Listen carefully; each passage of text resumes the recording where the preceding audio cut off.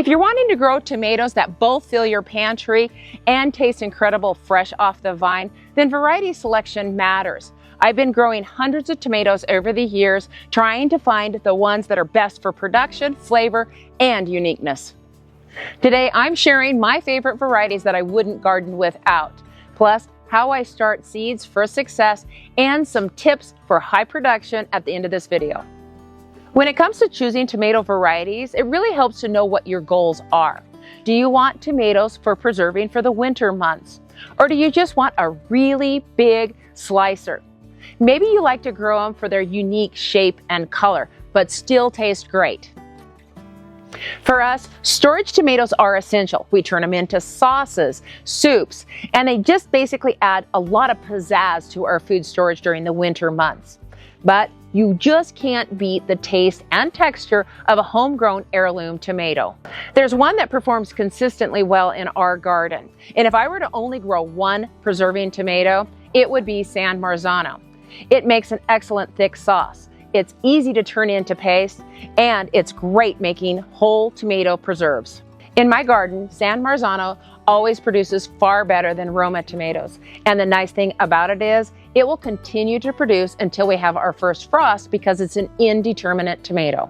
San Marzanos have a lot of great qualities. They're high producing, they have dense flesh, fewer seeds, and less water content, which makes them perfect for preserving. These tomatoes are great bottled whole, turned into sauce, or even paste, but the neat thing about them is they're excellent as a sun-dried tomato. And I can preserve them throughout the season instead of all at once. Another tomato that I always grow is Early Girl. And before you say boring, let me explain why I grow it. It is just a classic red tomato, but it's incredibly productive. And this one I love to make an herb tomato sauce out of. It's so versatile and so delicious. It's one of the earliest tomatoes in my garden, thus the name Early Girl, reaching maturity at about 50 to 60 days. One of the great things about this tomato plant is it sets flowers early, it produces early, and a lot of times it beats our extreme heat that we get here in the summertime. This one is a hybrid, but that doesn't mean that you can't grow it organically. All this means is you can't save the seed and expect it to come true to the parent plant. It does resist a lot of diseases that can oftentimes take out heirlooms. It's an indeterminate, but it's a little bit more compact, so it can be easily managed in cages. I can't say it's the best tasting slicer tomato, but still good, but heirlooms definitely win over this. Because Early Girl always has high production, it's always reliable. In our Zone 8, very dry and hot climate, this one's a winner and I'll always plant it in my garden. Another tomato plant that I always grow for preservation is Bitterbush. This one isn't near as common as Early Girl. It is a determinate tomato, but the production is huge. It produces a red, very firm tomato. This tomato plant will also benefit from caging because it produces so heavy, it almost seems like there's more tomatoes than plant itself. Bitterbush grows great in containers and small raised beds, but it'll grow basically anywhere. So if you're limited on space, this might be the perfect tomato for you for preservation. Another nice thing about Bitterbush is it is a determinate, so it finishes its life cycle early so that you can pull it out and put another crop in its place, possibly even another Bitterbush tomato so that you get another crop if your climate allows. These are my three main preservation tomatoes. Maybe not flashy, but they're productive and they preserve excellently. Production is extremely important when you're preserving a lot of food, but I still like to grow some heirloom tomatoes. Not that they can't be productive, but oftentimes in our dry, hot climate with those hot summers, they're more susceptible to disease and they don't set fruit. However, over the years, I've honed it down to the ones that produce extremely well, taste good, have excellent color and flavor. These heirlooms really shine and their flavor is far more complex than Early Girl or Bitterbush. And the great thing is because they're heirlooms, they're open pollinated and you can save the seed and it will come true to the parent as long as you save them right. When it comes to growing heirlooms, there's some qualities that I always want to look for. I definitely want that high production that will produce in our dry, hot summers. I'm looking for excellent texture, color, and definitely flavor. The first heirloom tomato that I always grow is becoming more and more popular, and for a good reason. It's Dr. Ouija's. It produces a huge yellow tomato. It's rich, sweet, has excellent texture and flavor. The largest Dr. Ouija's tomato that we grew was just over 2 pounds. It was really big. It's excellent made into caprese salad or sliced on a sandwich or just eating out fresh into the garden because that flavor is so excellent. This is one definitely worth growing if you haven't grown it. The next one that I really love is Thornburn's Terracotta. It just follows its name. It does have that terracotta color. It's just a medium-sized tomato. It's highly productive. When a lot of our other heirlooms aren't producing, terracotta always does. This one is beautiful when you slice it. It has a little bit of green marbling in it. That flavor is great, and the texture is excellent as well. I've been growing this variety for about 20 years.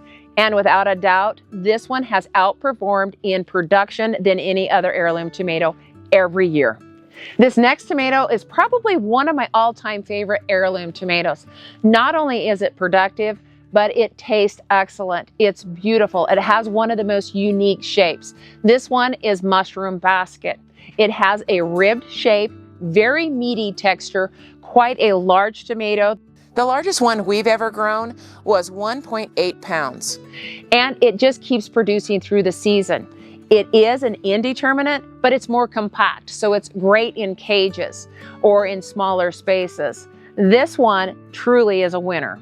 Mushroom Basket tomato resists cracking.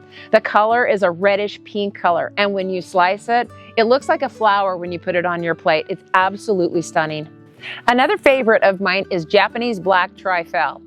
This one has a dark mahogany color with green shoulders. It resists cracking, has excellent flavor, pretty darn productive, and it's just a medium-sized tomato, but it's also pear-shaped, which makes it really unique. This variety has proven that it will produce well in my climate. Not quite as good as Thornburn's Terracotta, but still, it's a good producer and worth growing.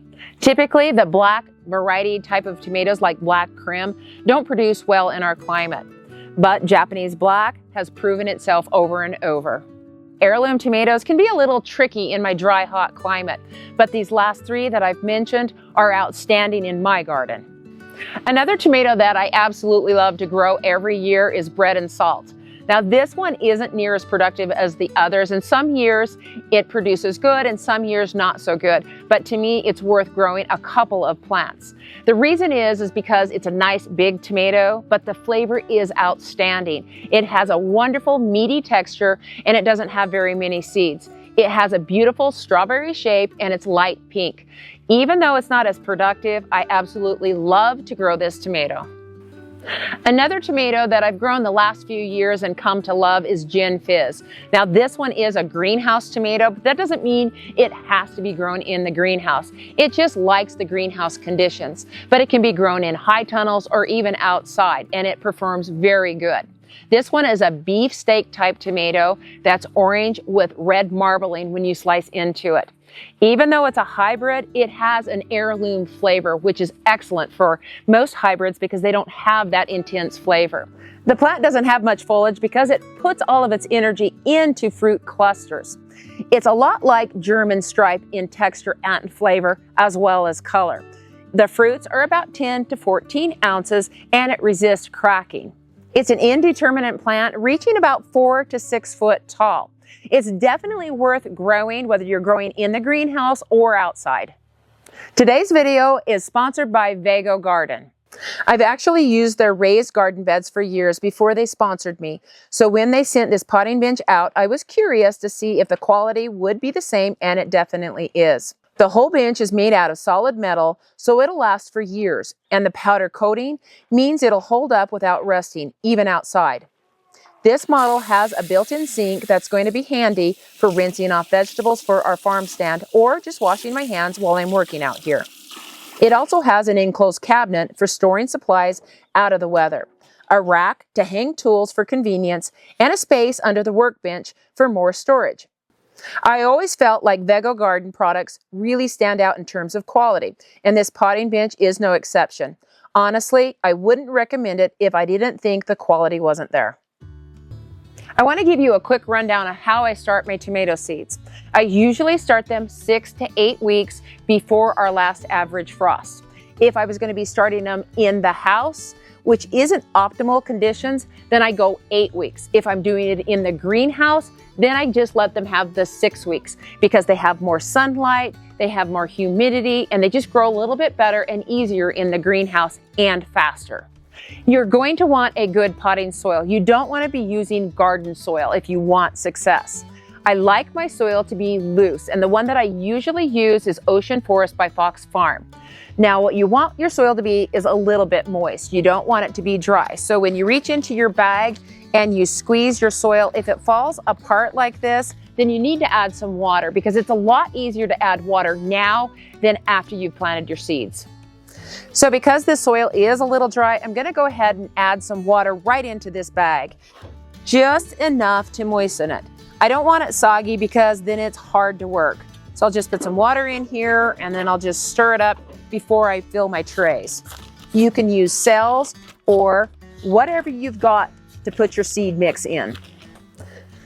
Now you can see it starting to hold together without a wet, soggy mess. Now if I was squeezing this and water was coming out, then that's going to be too wet. But it's starting to hold its shape and that's perfect.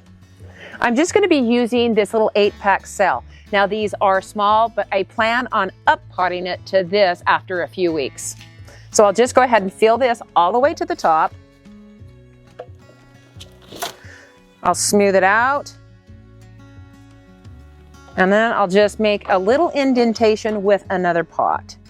This just makes it to where it pushes that soil down enough, but you don't want to compact it. And then I'm going to drop one seed in each one of these cells. Just super simple.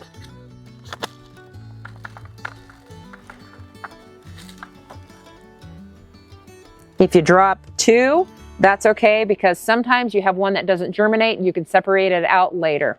That way you make sure you've got plenty. If your seeds are older, then I would plan on doing 2 or 3. Tomato seeds will actually last a really long time. We've had good germination rate with seeds that are as old as 15 years. Once we got the seeds in there, we're just going to cover with about 1/4 inch of soil and no deeper than that. I just push down about 1/4 inch so I can just level this right off. You want to make sure that you're labeling what you've planted too, especially if you're doing multiple sowings. I usually forget and then I wonder what it is until it's harvest time, then you know. But it's better to know what you're planting because this is a determinate tomato, and also write on this that it is a determinate tomato so I know where I'm going to be planting this in my garden.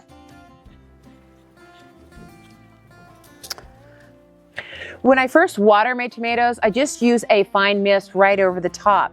I don't want to use anything that has hard pressure on it because it's just going to wash those seeds out. Once I've got it watered, I'll put a little cap over the top of it and place it where it's going to be living for the next 6 weeks. What this cap is going to do, it's going to hold that moisture in there so it doesn't dry out as fast, but it's also going to help keep it just a little bit warmer. The reason I water from the top down, at least for the first time, it just helps get those seeds wet and it settles that soil a little bit. After that, you can water from the bottom up if you have a tray. One thing that's really important though, is you want to drain that water if it hasn't absorbed it all within an hour, because you don't want that soil to stay soggy because that's going to create problems like dampening off later on.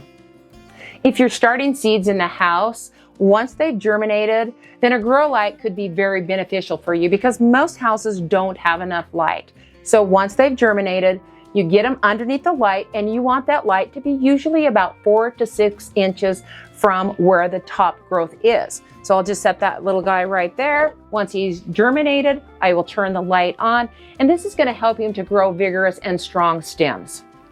You don't want the light on your new little seedlings 24/7 because that's not how nature is. Put them on for 12 hours with the light on and off for 12 hours. Pretty easy to remember. Once they get their true leaves, then they can be up potted, and I'll show you how to do this real quick. Tomatoes do very good when they're up potted. When you up pot, you want to go to a size larger in pot that's usually about 3 times as big. So you can see the difference here. So what I'll do here is I'll go ahead and fill this all the way to the top with some soil, the same soil that we used for starting our seeds.